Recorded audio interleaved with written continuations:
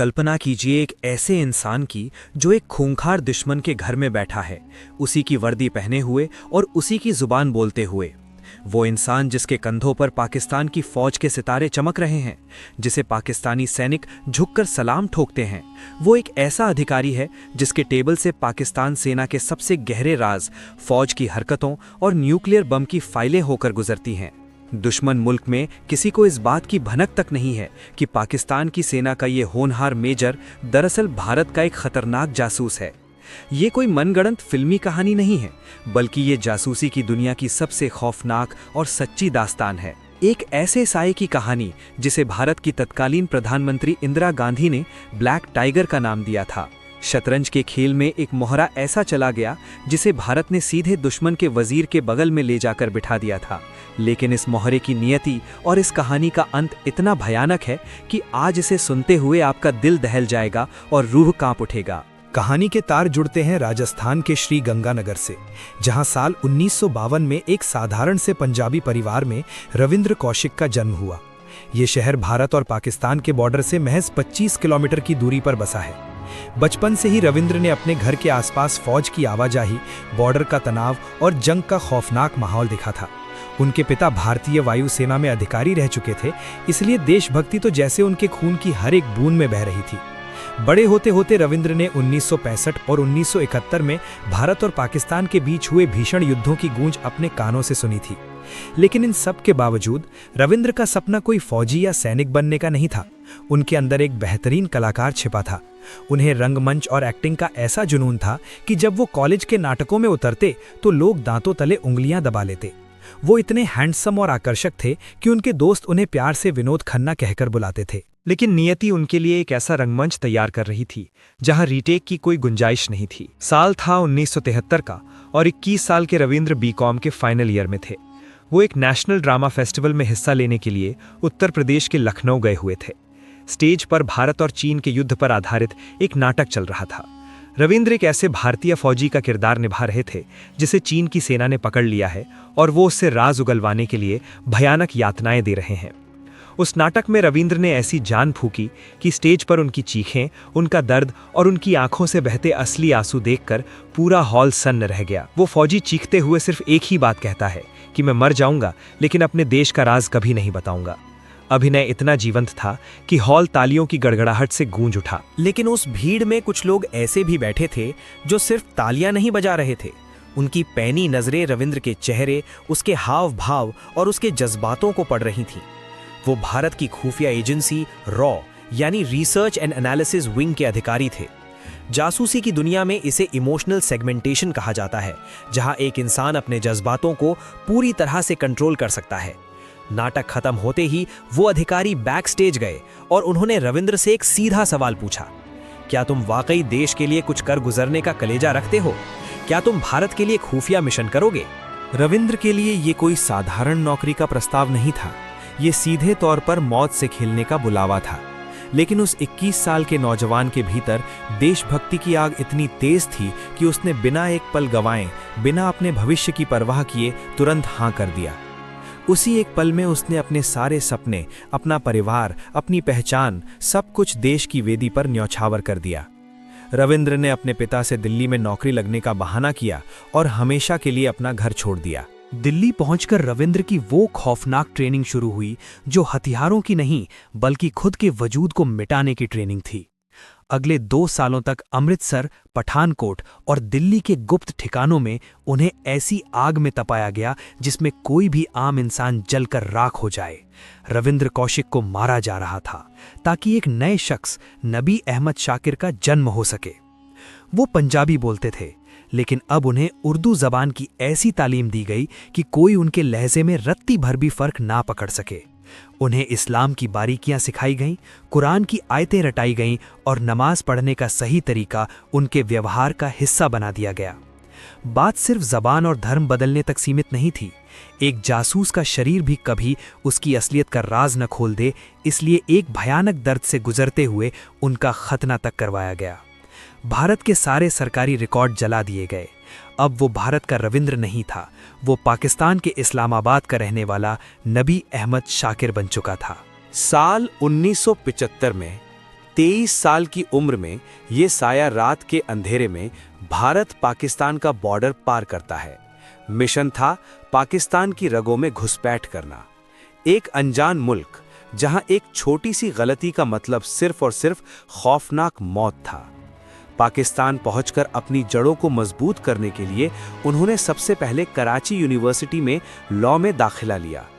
LLB की पढ़ाई सिर्फ एक डिग्री नहीं थी, ये दुश्मन के सिस्टम और उनकी व्यवस्था को अंदर से समझने का एक मास्टर प्लान था। पढ़ाई पूरी करने के बाद रविंद्र ने वो कदम उठाया जिसकी कल्पना शायद रॉ ने भी नहीं की थी।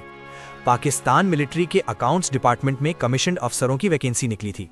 रॉ के अधिकारियों ने शुरुआत में उन्हें मना किया क्योंकि उन्हें डर था कि कहीं डॉक्यूमेंट वेरिफिकेशन में रविंद्र पकड़े ना जाएं। लेकिन रविंद्र ने फैसला कर लिया था कि वो सीधे शेर की मांद में घुसेगा। हरी झंडी मिलते ही उन्होंने अप्लाई किया और अपनी गजब की दिमागी काबिलियत के दम पर पहले ही प्रयास में इस कठिन परीक्षा को पास कर लिया। अब वो पाकिस्तानी सेना का एक कमीशन्ड अफसर बन चुका था। ये कोई छोटी कामयाबी नहीं थी। मिलिट्री का अकाउंट्स डिपार्टमेंट पूरी सेना का दिल और नब्ज होता है। सेना की टुकड़ियां कहां जा रही हैं, नए बंकर कहां बन रहे हैं, टैंकों की तैनाती कहां हो रही है, परमाणु वैज्ञानिकों को कितनी सैलरी मिल रही है, ये सब जानकारी उस दफ्तर की फाइलों में दर्ज होती थी। अपनी बेतहाशा मेहनत, चालाकी और वफादारी के नाटक से रविंद्र पाकिस्तानी अफसरों की आंखों का तारा बन गए और जल्द ही उन्हें तरक्की मिली। वो पाकिस्तान फौज के मेजर बन गए, मेजर नबी अहमद शाकिर। 1979 से लेकर 1983 का वो दौर रविंद्र कौशिक का सुनहरा दौर था। वो भारत की खुफिया एजेंसी के लिए एक ऐसी सोने की खदान बन चुके थे जो पाकिस्तान की हर चाल को नाकाम कर रही थी। उन्होंने पाकिस्तानी सेना की हर हरकत, बॉर्डर पर उनकी हर साजिश की जानकारी इनविजिबल इंक यानी अदृश्य स्याही से खतों में लिखकर दुबई और कुवैत के रास्ते भारत भेजना शुरू कर दिया। जब पाकिस्तानी सेना राजस्थान बॉर्डर पर घुसपैठ की कोशिश करती, भारत की फौज पहले ही वहां बंदूकें ताने खड़ी होती। उनकी दी गई इन सटीक खुफिया जानकारियों के चलते करीब 20,000 भारतीय सैनिकों की जान बचाई गई। सबसे बड़ा धमाका तब हुआ जब डॉक्टर AQ खान की अगुवाई में पाकिस्तान गुपचुप तरीके से अपना न्यूक्लियर बम बना रहा था। रविंद्र ने कहूता रिसर्च लैब्स और पाकिस्तान के इस परमाणु कार्यक्रम की बेहद संवेदनशील जानकारियां निकालकर भारत पहुंचा दी। जब ये खौफनाक जानकारियां भारत की प्रधानमंत्री इंदिरा गांधी की टेबल पर पहुंची तो वो भी इस जासूस की अदम्य हिम्मत को देखकर हैरान रह गई। उसी वक्त भारत की प्रधानमंत्री ने उन्हें एक अजेय नाम दिया, द ब्लैक टाइगर। लेकिन रविंद्र की ये जिंदगी एक नंगी तलवार की धार पर चल रही थी। अपनी पाकिस्तानी पहचान को पूरी तरह पुख्ता करने और शक से बचने के लिए उन्होंने अपने ही डिपार्टमेंट के एक दर्जी की बेटी अमानत से विवाह कर लिया। कुछ वक्त बाद उनका एक बेटा भी हुआ जिसका नाम अरीब रखा गया। कल्पना कीजिए उस इंसान की मानसिक स्थिति की। दिन के उजाले में वो पाकिस्तान आर्मी का एक कड़क मेजर था। शाम ढलते ही वो एक प्यार करने वाला पाकिस्तानी शौहर और पिता बन जाता था, और रात के गहरे अंधेरे में वो भारत का एक अदृश्य सिपाही था जो मौत के साये में बैठकर अपने वतन के लिए खुफिया खत लिखता था। अमानत को भी सपने में अंदाजा नहीं था कि जिससे उसने बेइंतहा मोहब्बत की है वो भारत का सबसे बड़ा जासूस है। साल 1981 में रविंद्र को खबर मिली कि भारत में उनके छोटे भाई की शादी है। उन्होंने पाकिस्तानी सेना से सऊदी अरब जाकर उम्रा करने के बहाने लंबी छुट्टी ली, लेकिन सऊदी पहुंचने के बाद वो दुबई गए और वहां से सीधे भारत अपने घर पहुंच गए। घर वालों ने जब उनसे उनके काम के बारे में पूछा तो उन्होंने सिर्फ मुस्कुराकर इतना ही कहा कि मैं अपने देश के लिए काम करता हूं। उन्होंने अपने परिवार को बताया कि वो दुबई में अमानत से शादी कर चुके हैं। भाई की शादी के बाद जब वो घर से विदा ले रहे थे तो किसी को अंदाजा नहीं था कि वो अपनी माँ, अपने पिता और अपने देश की मिट्टी को आखिरी बार देख रहे हैं। रविंद्र बिना कोई गलती किए 8 साल तक पाकिस्तान की छाती पर मूंग दलते रहे। पाकिस्तान की खुफिया एजेंसी ISI बौखलाई हुई थी कि उनकी हर सीक्रेट प्लानिंग शुरू होने से पहले ही भारत को कैसे पता चल रही है। उन्हें शक हो गया था कि कोई अंदर का ही आदमी गद्दारी कर रहा है। रविंद्र के रिकॉर्ड खंगाले गए और ये बात सामने आई कि पूरे पाकिस्तान में उनका कोई रिश्तेदार नहीं है। शक गहराने लगा था, लेकिन उनके खिलाफ कोई पक्का सबूत नहीं था।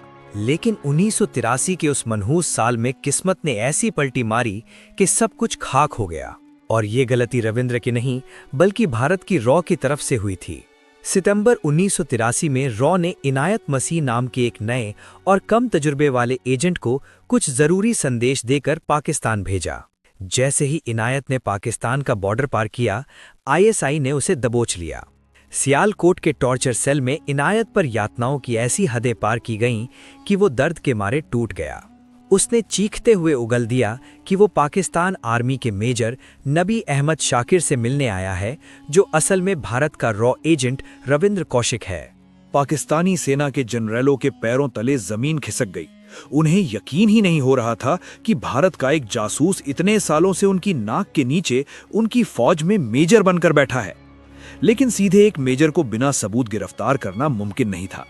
उन्होंने एक खौफनाक जाल बिछाया। इनायत को मोहरा बनाया गया। इनायत ने रविंद्र को कराची के जिन्ना गार्डन में मिलने का संदेश भेजा। रविंद्र को इस साजिश का रत्ती भर भी अंदाजा नहीं था। वो तय वक्त पर उस पार्क में पहुंचे।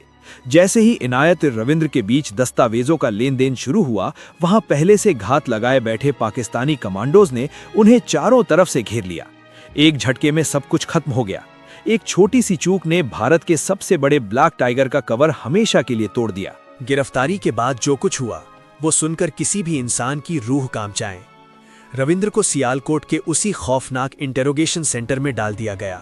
1983 से लेकर 1985 तक लगातार 2 सालों तक उन्हें वो अमानवीय यातनाएं दी गईं जो शायद जानवरों को भी नहीं दी जाती।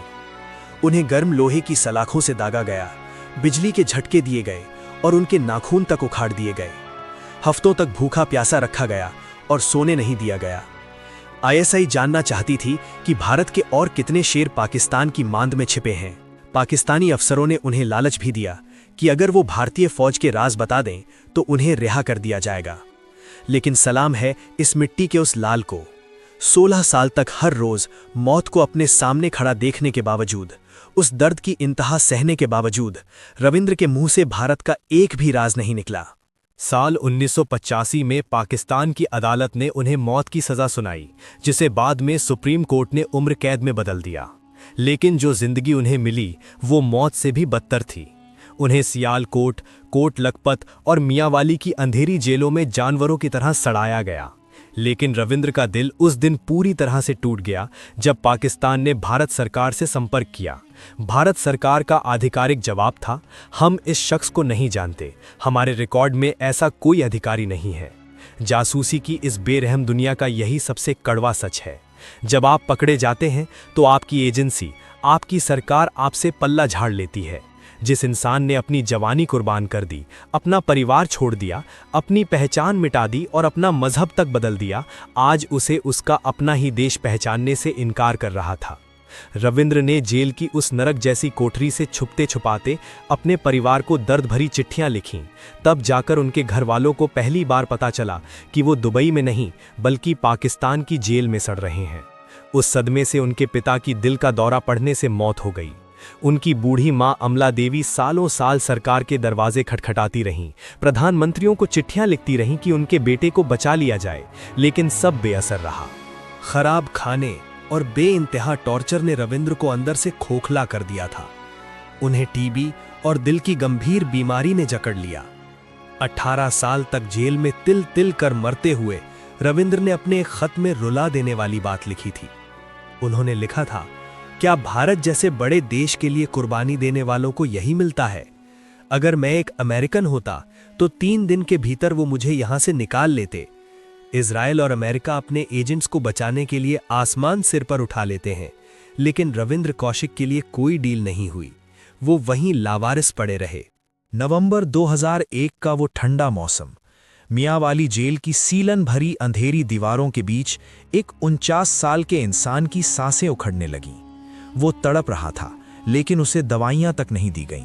और फिर एक दिन टीबी और हार्ट फेलियर ने भारत के उस वीर सपूत को हमेशा के लिए खामोश कर दिया।